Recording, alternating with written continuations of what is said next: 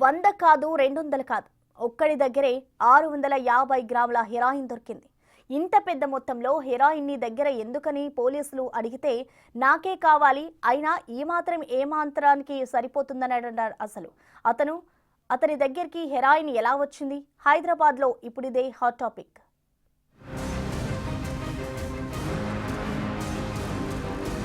హైదరాబాద్ శివారులోని నార్సింగిలో పోలీసులు భారీ మొత్తంలో హెరాయిన్ స్వాధీనం చేసుకున్నారు. పక్కా సమాచారంతో శంషాబాద్ ఎస్ఓటీ పోలీసులు నార్సింగి దగ్గర మాటు వేసి 650 గ్రాముల హెరాయిన్ ని పట్టుకుని సీజ్ చేశారు. దీని విలువ 1.5 కోటి దాకా ఉంటుందని అంచనా వేస్తున్నారు. ఓ బ్యాగ్ లో హెరాయిన్ తీసుకొస్తోన్న వ్యక్తిని పోలీసులు అదుపులోకి తీసుకున్నారు. అతని దగ్గర పట్టుబడిన హెరాయిన్ గోధుమ రంగులో ఉంది. దీన్ని రాజస్థాన్ నుంచి హైదరాబాద్ కు తీసుకొచ్చినట్టు పోలీసులు గుర్తించారు.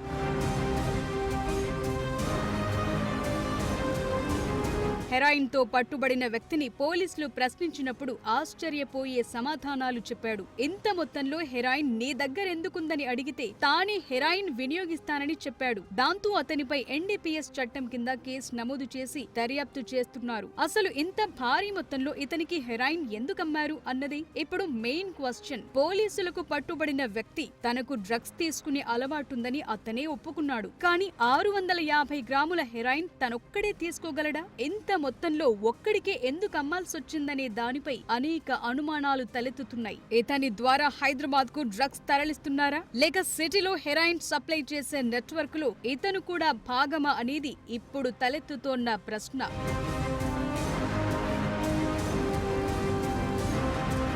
సాధారణంగా ఎవరి దగ్గరైనా డ్రగ్స్ పట్టుబడితే ఓ 20 గ్రాములు 50 గ్రాములు మహా అయితే 100 గ్రాములు పట్టుబడుతుంది. కానీ నార్సింగి డ్రగ్స్ కేసులో ఒక్కడి దగ్గరే 650 గ్రాములు దొరికింది. పైగా తాను సేవించేందుకే తెచ్చుకున్నానని చెప్పటంతోనే తేడా కొడుతోంది. అసలు ఈ హెరాయిన్ వెనుకున్న కింగ్ పిన్ ఎవరనే దానిపై సస్పెన్స్ నెలకొంది. ఇతనికి హెరాయిన్ అమ్మిన వ్యక్తిపై పోలీసులు కేసు నమోదు చేశారు. అతని కోసం కూడా గాలిస్తున్నారు. ఈ మధ్య కాలంలో హైదరాబాద్ తో పాటు శివారు ప్రాంతాల్లో పట్టుబడుతున్న డ్రగ్స్ మూలాలు రాజస్థాన్ లో తేలుతున్నాయి. దాంతో పోలీసులు రాజస్థాన్ పై ఫోకస్ పెట్టారు. త్వరలోనే ఈ రాజస్థాన్ డ్రగ్ నెట్వర్క్ ని ఛేదించేందుకు పోలీసులు కృషి చేస్తున్నారు.